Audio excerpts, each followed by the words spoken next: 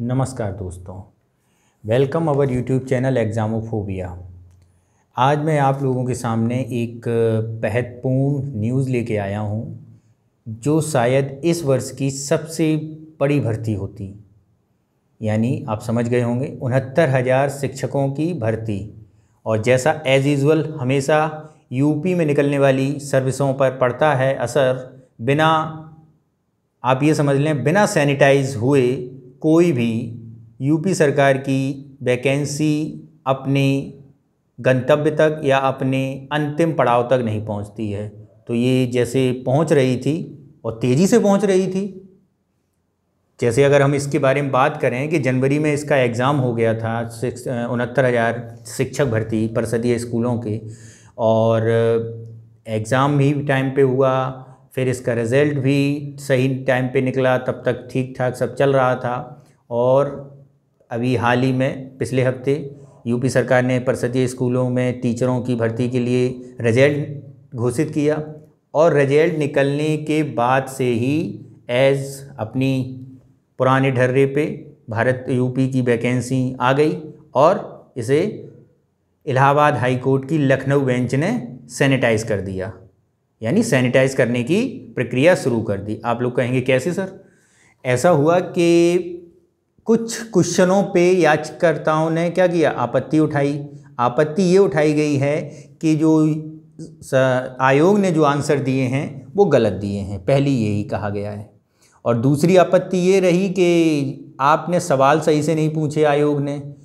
अब जैसे अगर मैं आपको एग्जाम्पल के तौर पे बताऊं कि एक क्वेश्चन नंबर आपका इन्होंने बताया है क्वेश्चन नंबर 131, इसमें भारतीय संविधान सभा के प्रथम अध्यक्ष कौन थे? तो याचिकाकर्ताओं का कहना है कि सर इसमें आप आयोग ने स्थायी अस्थायी की तो बात नहीं की थी। तो जब ये बात नहीं की थी और ऑप्शन में सच्चिदानंद सिन्हा और राजेंद्र प्रसाद दोनों दे दिए, जब ऑप्शन में दोनों दे दिए हैं तो दोनों आपको सही मानने चाहिए, क्योंकि आपने अस्थायी और स्थायी की बात नहीं की है, प्रथम अध्यक्ष की बात की थी। तो आयोग का कहना है कि उन्होंने डॉक्टर सच्चिदानंद सिन्हा माने हैं, और याचिकाकर्ताओं का कहना है तो सर राजेंद्र प्रसाद स्थायी सदस्य थे इसलिए हमने स्थायी मारे हैं आंसर में। तो आपको क्या करना, आपको इस क्वेश्चन को या तो हटा देना चाहिए या फिर सबको कॉमन नंबर दे देने चाहिए। तो यहाँ पे सवाल उठता है, क्या ये जानबूझकर किया गया है कि अस्थायी और स्थायी सदस्यों के चुनाव के? क्योंकि छात्रों की बात भी सही है कि हमेशा क्वेश्चन जो आया है उसमें स्थायी अस्थायी को मेंशन किया जाता था, और मेंशन किया जाता था तो फिर राजेंद्र प्रसाद और सच्चिदानंद सिन्हा में कोई कन्फ्यूज़न ना होता। और अगर मेंशन नहीं किया है तो राजेंद्र प्रसाद ऑप्शन में नहीं देना चाहिए था। तो अपनी जगह छात्रों का भी एक मंतव्य या ये कह लें एक वाद सही है, लेकिन फिर देखते हैं। लेकिन एज़ यूजुअल जैसे आप लोग जानते हैं कि याचिकाकर्ताओं के द्वारा एक याचिका डाल दी गई है।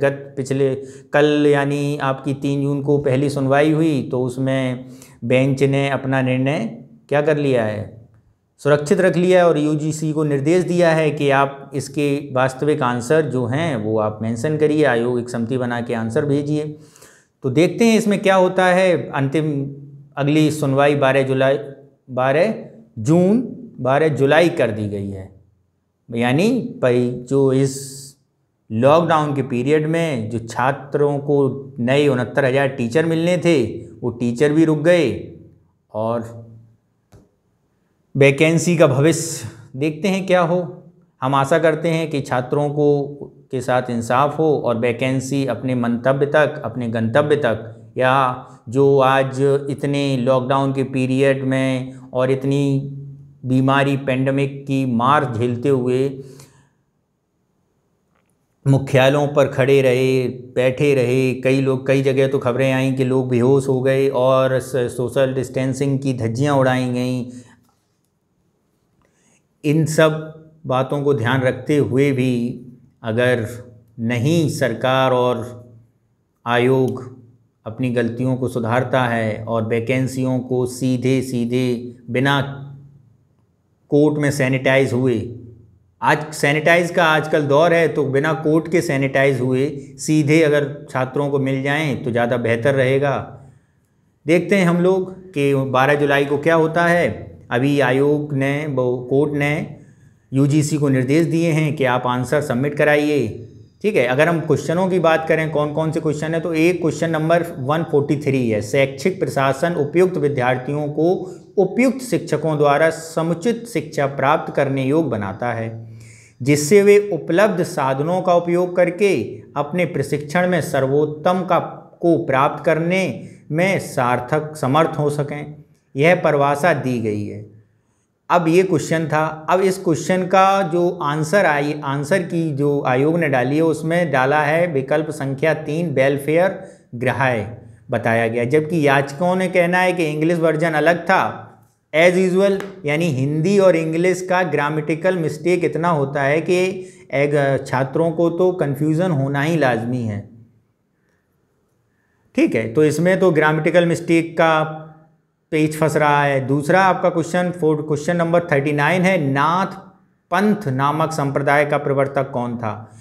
अब अगर हम लोग इसके आंसर की बात करें, तो अगर हम बात करेंगे तो मत्स्येंद्र नाथ बताए जाएंगे, और जो आयोग ने डाला है उसमें उसने भी मत्स्येंद्र नाथ बताए हैं, और याचकों का कहना है कि गोरखनाथ हैं। तो इसमें पता नहीं क्या आंसर मांगें, लेकिन मत्स्येंद्र नाथ तो सही होना चाहिए। बाकी यूजीसी के ऊपर निर्णय डाला गया है। तो ये कुछ 13 क्वेश्चनों की आपत्ति है। देखते हैं 13 क्वेश्चनों की आपत्ति 13 दिनों में निपट जाए या 13 महीने लग जाएं, देखते हैं, क्योंकि आयोग और उत्तर प्रदेश की सेवाएं कई दिनों, कई महीनों, कई वर्षों तक अटकी रहती हैं। तो हम लोग आशा करते हैं कि 69,000 छात्रों को टीचर मिलें और बेरोजगार युवाओं को रोजगार मिले। सरकार और कोर्ट से शीघ्र समाधान निकालने के लिए गुजारिश करते हैं। धन्यवाद। आप लोग हमारे YouTube चैनल को सब्सक्राइब करिए, लाइक करिए, शेयर करिए, और ऐसे ही रोचक जानकारियों को जानने के लिए सुनते रहिए। Thank you.